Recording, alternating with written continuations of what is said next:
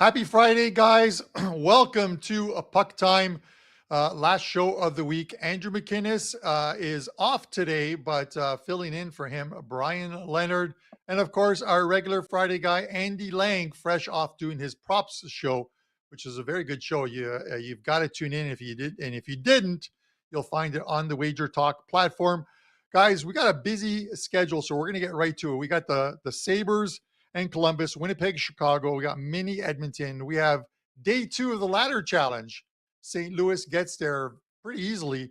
And then, of course, we've got the 6 in 60. We're going to try and better last week's 4 and 2. And then we're going to end it with the show best bets and hopefully get you guys some winners. Well, let's bring in Bryan. Sabres, Columbus. I'm going to give my thoughts real quick on this one. This is, as Dave Koken and some of you guys know, we call it the dad's trip for the Buffalo Sabres. They win the first game in Montreal against the free space on the bingo card. And now they get this Columbus team, first game back off a 4-game road trip. The last 3 were played on the West Coast and their third game in 4 nights. I think it might be a sluggish start for this Blue Jackets team. So I'm going to take Sabres first period in this one, minus 130, and see if the Sabres can get off to a good start on this mini 2-game road trip. Give me your thoughts on this one, Bryan. Yeah, you mentioned the second game of the dad's road trip. That's always something I would take a look at. It's not easy to find. Thanks to Dave Koken, he's the one that pointed that one out to me. But it's been very successful over the years. They already beat Montreal on the road on Wednesday. Over the last 10 games, 5-on-5 play with both teams have been outperforming their expected results. Buffalo by 5%, Columbus by over 8%. The host has won 4 of the last 5 meetings here, so Columbus does have a chance. At least in the past, they've played well here against Buffalo. The Blue Jackets are playing their third game in 4 days. It's also the first game back off a 4-game road trip, and we know that that's a negative in that situation. Buffalo's been pretty solid on the road, 13, 11, and 3 mark. Not bad for a road team, while Columbus has really struggled at home, losing 19 of 28 games overall. Lean Buffalo here. Line's a little bit higher than what I wanted to play. Not a big Buffalo proponent when they're a favorite.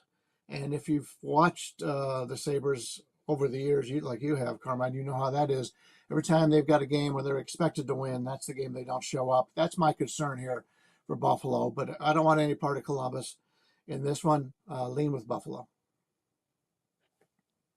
All right. Andy? Yeah, and Brian, I agree with you. It's a Sabres team that, like, right now you look at it, and I've talked about this before. I talked to the president Andrew about this. And I think I said during the show they had such a bad start to the season.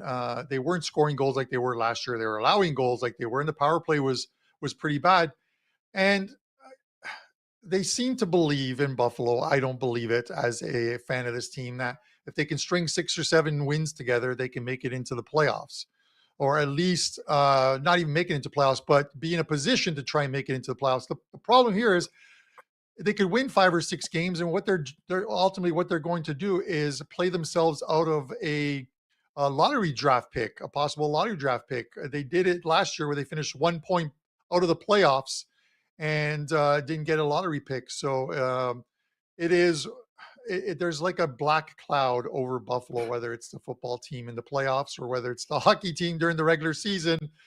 And speaking of black clouds, no, that's not the intro for Andy. He's got to have some kind of a black cloud play of some guy not to score a point in this game. Andy, welcome to Friday's show. Tell us what you got. Yeah, I mean, already in the chat, Carrie's like, "Oh, I smell an under coming." So yeah, I'm the doom and gloom guy. I'm now the guy that is rooting for people to not have points and to not do well. But they've been cashing. We're 30 and 15 now in our last 45 NHL plays, so the profits keep rolling in. I am going to be positive here, though. I'm going to take. And by the way, this is not a great game for props. There's a lot of players that don't have a lot of sustainable streaks going on. There's a lot of roller coasters here. But JJ Peterka over 2.5 shots on goal did stick out to me. He's gone over in 8 out of the last 9 games. He's also gone over in 20 out of 30 games. And there's a Blue Jackets team that gives up the 29th most shots on goal, 33.29 shots per game. And they actually give up the third most shots to right wingers at 6.55 per game. So this game it's not a great game for props, but if for some reason you happen to be going, you want something to bet on, or you absolutely have to have some kind of action on this game, JJ Paterka is the one that jumped out. But I do think there's a couple of other better spots on the board for props tonight. Andy, you're getting a lot of love in the chat as you normally do on Fridays. There's guys that want you to release some bare knuckle fighting picks. So I didn't even know that there was bare knuckle fighting picks. Maybe Next some week. power slap picks. Those Power power slap, slap yeah. picks. Can you imagine at the next Wager Talk meet and greet if we pair up people and we do a power slap contest? Everyone's like, I want Prez. I want Prez. Give me Prez on the power slap. Speaking I would of just hope slap, Prez keeps winning so more people come up to challenge him. go knock some sense into that guy. Guys, Winnipeg and Chicago. That same thing here. Jets come in. They bounce back from that 6-3 loss to the Calgary Flames with a win of their own, 6-3 at home against the Minnesota Wild. And they catch a Chicago team that just isn't playing well. I know Connor Bedard is back, but again, I'm looking at like first period lines in this one, Bry. I'm going to lean because I want to turn this into a plus money situation. I just think this is a very good Winnipeg team. And they jump on this Chicago team early. I think they want to avoid what happened to them last time out. I'm going to take them first period, minus half a goal, plus 130, and expect this Winnipeg team to come out and play well in that first period of this game. I think Chicago is a team that is obviously trending downwards, and you just have to look at their road losses, even though they're at home tonight, to understand that this team is going to be one of the bottom two teams in the league this season, and likely one of the favorites to get the first pick in the draft once again. But with that said, Winnipeg Jets for me, first period, minus a half, plus 130. Your thoughts, Brian? My thoughts are I'm going to use this as my best bet, so I'm going to be very brief here. Excuse me. But Andy talked about being the ugly cloud that nobody wants to bet on the under in the game. That's the only way I could take a look at this one. I'll be playing the under, but I'll give my analysis when we get around to my best bet on today's show. All right, good. I look forward to hearing it. I've seen everyone's best bets on the show. I like them all, so I'll be betting them all, and then we'll see how it shakes out. Andy, thoughts on this one? Jets and Blackhawks. The chat is ready for me to give you a list of Chicago Blackhawks that won't have a point tonight, and I'm actually going. I'm going opposite. I'm going Connor Bedard to have a point. He had 6 points in his first 3 games back from the injury, and he had no points last game. So I tracked his entire game log from this season. Only 3 times has he gone back-to-back games without having a point this entire season. When he doesn't have a point, he comes back and he has a point. And I know the Jets are amazing, supposedly on defense. They gave up 6 to Calgary. They just gave up 3 to Minnesota. They gave up 2 to Vancouver. They're at Chicago, so they're on the road a little bit. And Chicago plays better at home than they do on the road. I only need 1 goal here. And here's the thing with a team like Chicago. They basically have like 3 guys that have points. Like if they score a goal, it's probably going to be Bedard and Foligno, maybe Seth Jones, even though he's been ice cold, no pun intended, maybe Dickinson. But like there's only a few suspects about who's going to have a point if they score a goal or 2. Connor Bedard has to be the main one. So I think Connor Bedard coming off of a game where he doesn't have a point is a pretty sneaky way to attack this game. I don't think they get shut out. I think this Jets team is kind of regressing just a little bit. Their defense and goaltending has been so good. A little leaky the last couple games. So I'll take Bedard to have a point. All right. I like it. You're mixing it up, Andy. I really like that. So keep mixing it up. It's funny because guys in the chat again, we love you guys commenting. Of course, hit that like button.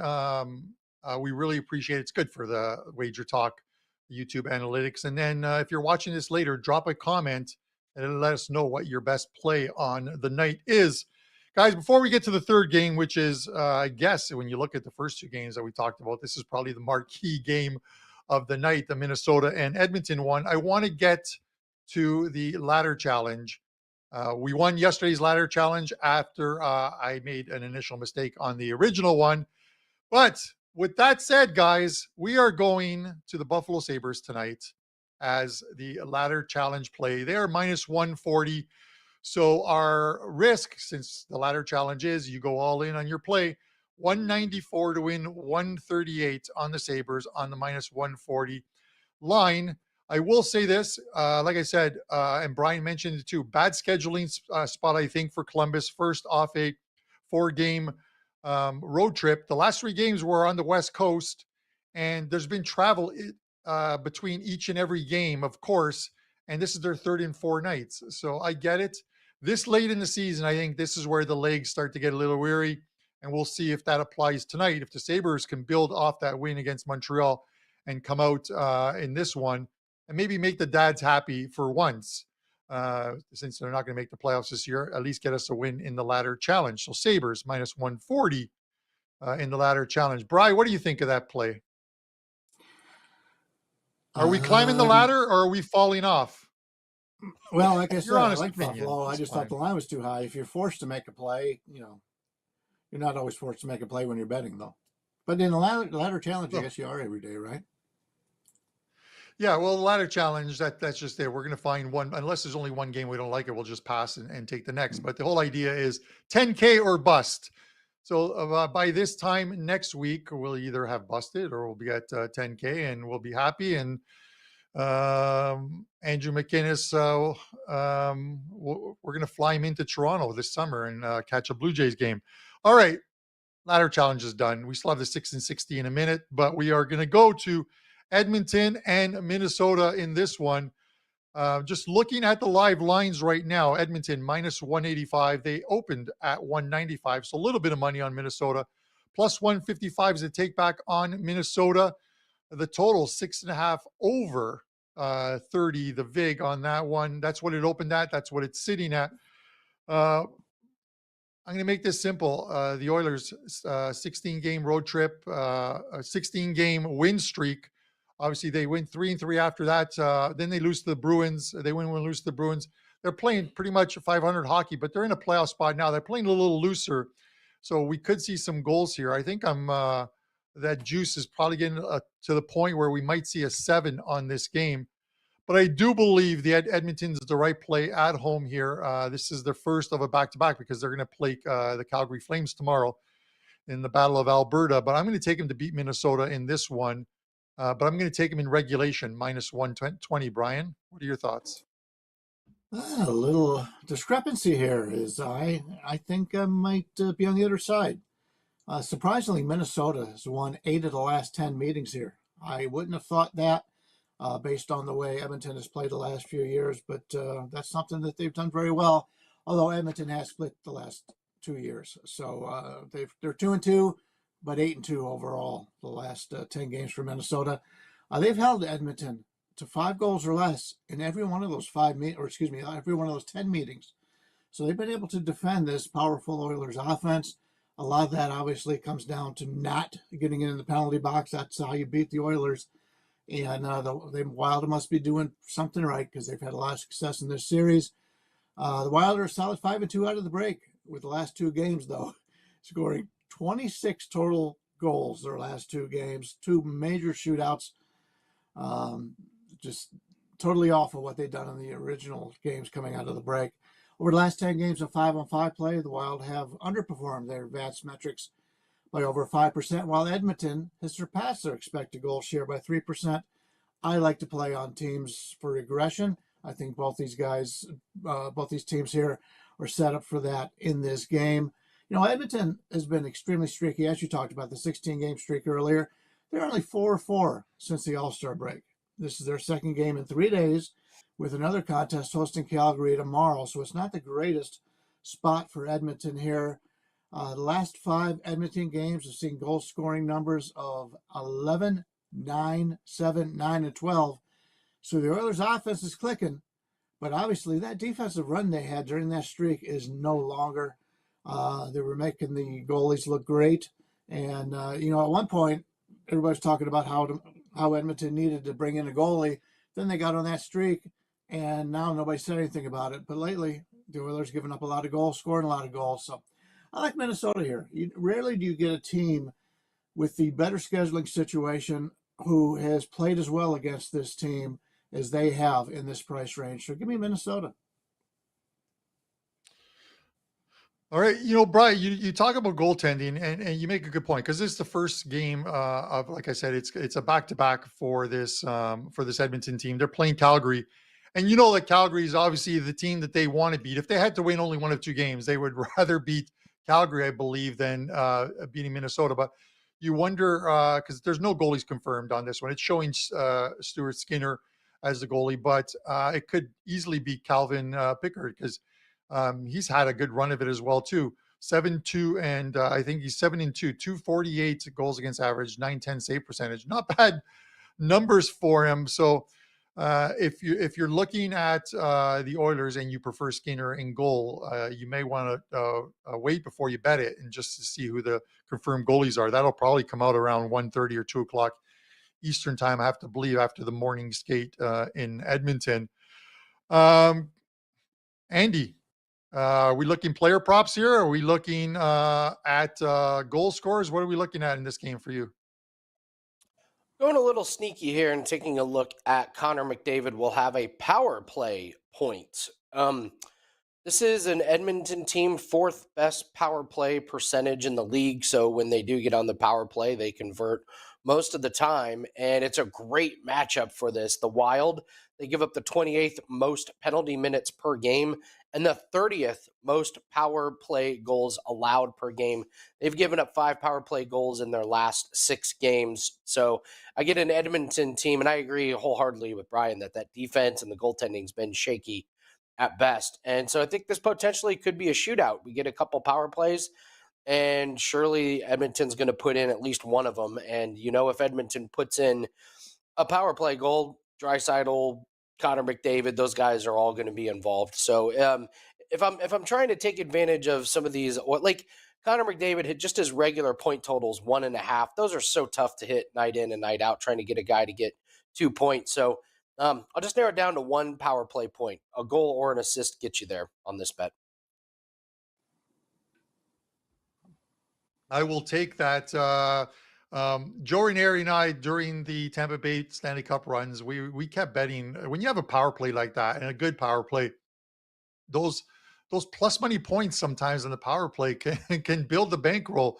We locked in on the Tampa Bay ones, the Tampa Bay power play points, pretty much every single game during the Cup run, and we just continued to cash that power play was unreal. But I get it. The Leafs, I think the Leafs have the number 1 power play right now.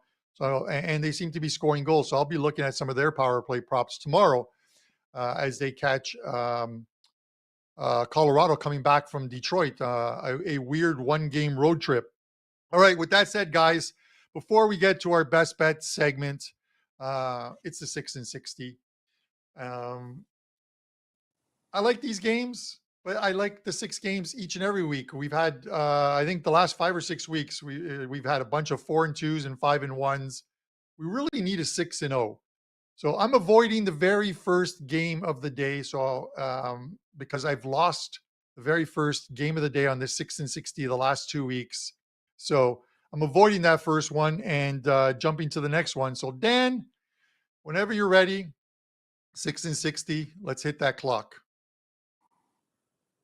All right, Montreal in New Jersey. We're taking the Devils in regulation here, minus 132. Devils off 2 bad losses, but they get the free space on the bingo card here. Toronto and Colorado, we're going to take the over in this game. Leafs, a 6-game win streak in scoring goals, 6-1-1 to the over the last 8. Rangers and Philly, we're taking the Rangers minus 141.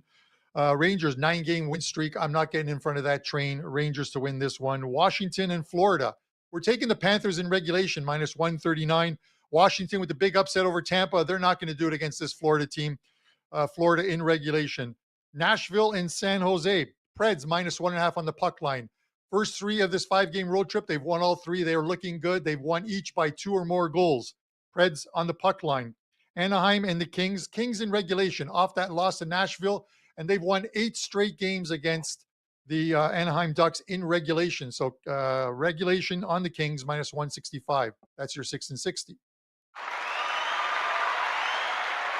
We got the crowd. I got a crowd noise. This is amazing. Our graphics and our audio guys are unbelievable. And even though I faded the Philadelphia Flyers, I thought for sure he would have muted my mic. But I'm going to ask you guys, since we have a few minutes here, any of these games look like landmines to you that I've landed on here? You know, the Devils in regulation over Montreal. The Devils haven't looked good, but they had 40 shots on goal yesterday. They outshot the Rangers 40-18, and they lose 5-1. Are they going to lose to Montreal? That's a problem. There's no way I'm betting on the Devils team. No chance. No chance. It's like Brian made the case for Edmonton. I think people still think Edmonton is this great defensive team, and they're kind of not. The Devils, they just keep giving up way too many goals. So that absolutely is a landmine. Well, I was on the show yesterday. Landmine number one. I was on the show yesterday, and you just said Washington. There's no way they're going to win this game. Well, that was exactly what everybody was saying yesterday against Tampa Bay too. So maybe I don't want to stand in the way of a team getting that kind of price that they're going to get. They're playing good hockey right now. So Washington's been a surprise. They've had these streaks all year long where they've gone a week where they've played really well. Maybe this is their week. Who knows?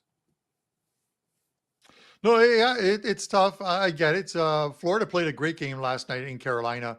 I had Carolina as my best bet, and you had Carolina as the show best bet under 3.5 goals. That one cashed easily. I didn't want the game to go to overtime. I did not want to, because overtime is where my plays go to die each and every night. I cannot take the overtime games. Nashville. Listen, I took Nashville last night as the show best bet, and it was one of my client plays as well too. Plus money in LA. I thought it was a good spot for them, and they played extremely well. This has been 3 very good games for this Nashville Predators team thus far in this road trip, and they finish with San Jose and then Anaheim. For them not to go 5-0 on this trip, I think would be a monster disappointment. I don't think they'd be happy with 4-1, Brian. You have to figure, after beating St. Louis in St. Louis, and we saw what St. Louis did to the Islanders yesterday. They go into Vegas, they beat the Golden Knights, go into LA, beat the Kings. You would have to think San Jose and Anaheim, they're not free spaces on bingo cards. No disrespect to either one of them. But if Nashville plays as well as they have, you have to figure they're going to win both games, Brian. Well, the problem you have is Nashville's a middling team. They're right in the fringe. And I talked about Buffalo earlier.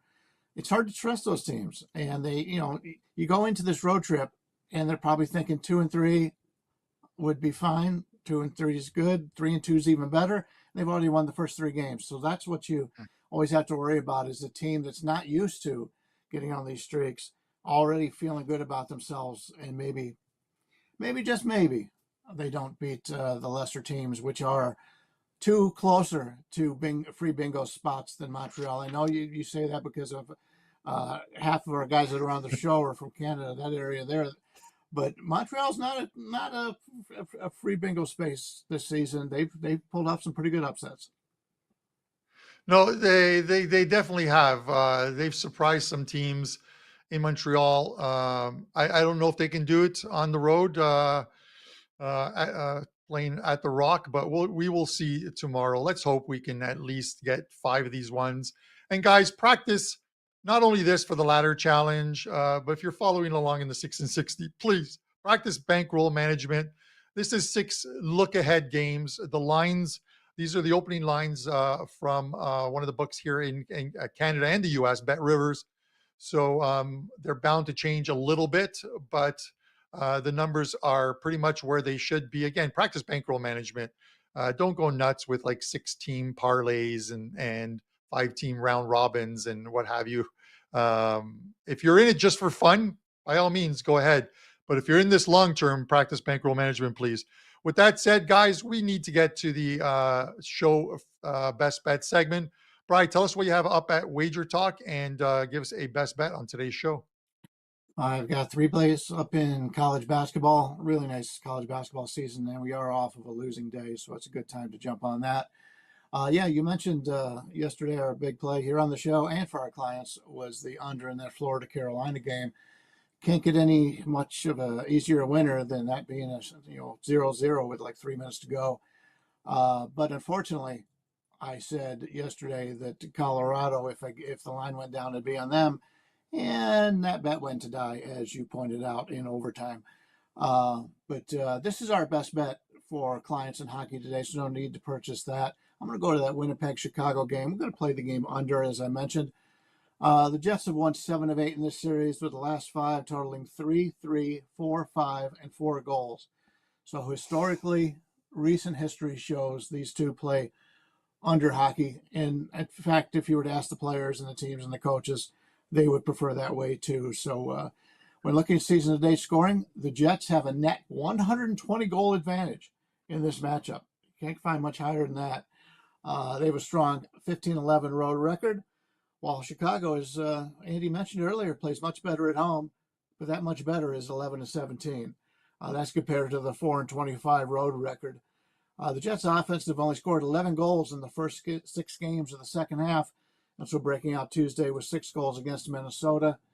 Chicago's put up some terrible numbers in the last 10 games, a 28.95 goal share and a 41.40 expected goal performance. Sure, the majority of those games came without Bedard, but it shows why they are 1-8-1 during that last 10 games. Since the break, Chicago has played 6 of 7 games at home, losing 5 of those 6 home contests. The Blackhawks have scored just 14 goals overall in their last 7 games. I think they're going to struggle to score again here. Andy says he doesn't think they're going to be shut out. I don't think they're going to score 2. So give me Chicago to score 1 as we play this game under the total overall. I like it, Brian. And my free play after Andy's will kind of mix into this. So this game can still stay under and Andy's prediction could come in and mine can hit. So it's one of those ones. And to your point of the Colorado game yesterday, it was a great game to watch as well, too. Evening match game. Dumb penalty by Colorado in the third period. I'm going to call it a dumb penalty. It leads to a Dylan Larkin power play. And because I had that game as well, too. My only loser on the night was the Colorado one. Dumb penalty. But it's all ifs and buts. It's kind of like Karen Heath, Vegas resident, who yesterday responded in the comment section after I said that Florida would have beaten the Vegas Golden Knights if they were healthy. Karen said, if my aunt had balls, she'd be my uncle. And with that said, I go to Andy Lang, because you're the nuts, man. Give us a free play on today's show. Yeah, I want to echo some of the things that Brian said about Edmonton, and their defense has not been good. So I'll take the Minnesota Wild to have over 2.5 goals.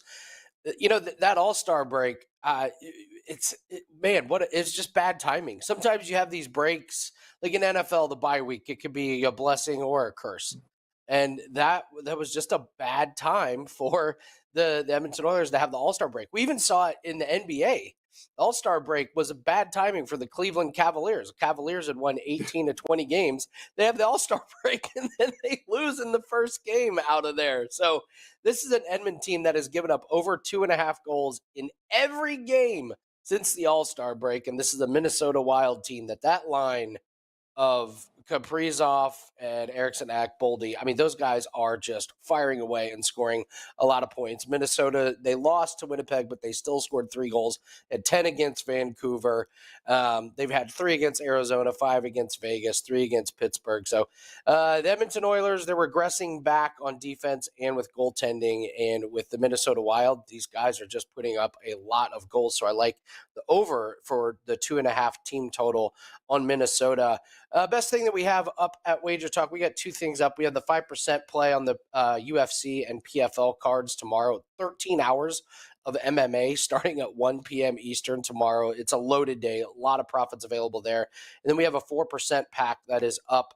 When it included lacrosse and NHL. Lacrosse run an 8-2 run, and NHL is 30-15. So we've hit our last 3 NHL plays. Did not have plays in NHL the last couple nights because I didn't really love some of the plays, and we're back in action tonight. So red hot across all sports, feeling really good with where we're at and everything. So go grab those plays. Andy Lang at WagerTalk.com. Awesome, Andy. I wish you the best of luck this weekend. I couldn't do 12 hours of watching UFC. I think my wife would get me into some type of a stranglehold anyways. Guys, my free play on the show is we're going to go back to that second game we talked about, the Winnipeg and Chicago one. And I'm going to take Winnipeg on the puck line. They're -1.5, -105. This is a free play that should be up on the Wager Talk site as well, too. I like the fact that they bounced back against Minnesota, score 6 goals. They play Chicago tonight, who are 1-10, their last 11. 10 of those of those 10 losses, 7 of them were by 2+ goals. I'm going to look for that to continue. I think Winnipeg goes in. They're not going to take the Chicago team lightly because every point is important at this point for this Winnipeg team. So I'm taking them on the puck line, and let's see if we can end the week with a winning play. As far as the ladder challenge, guys, if there is a play for tomorrow, I will post the image of the play. I'll tweet it out on my Wager Talk, on my, my X profile. So at Carmine Bianco WT, you can find it there. And all 20 will get you $20 off a 3 or 7 day all access, guys. I have 3 games up in the NHL today. A bunch of soccer and NHL for tomorrow, including a 5% soccer play already loaded for tomorrow morning. You can get that over at Wager Talk. $20 off a 3-day all access, $49 instead of 1 play for $35. I think that's a great deal for 3 days of plays. For myself, Bryan Leonard, Andy Lang, and Andrew, who is somewhere hopefully watching this show and hitting that like button like the rest of you. This is Friday Puck Time. Good luck with your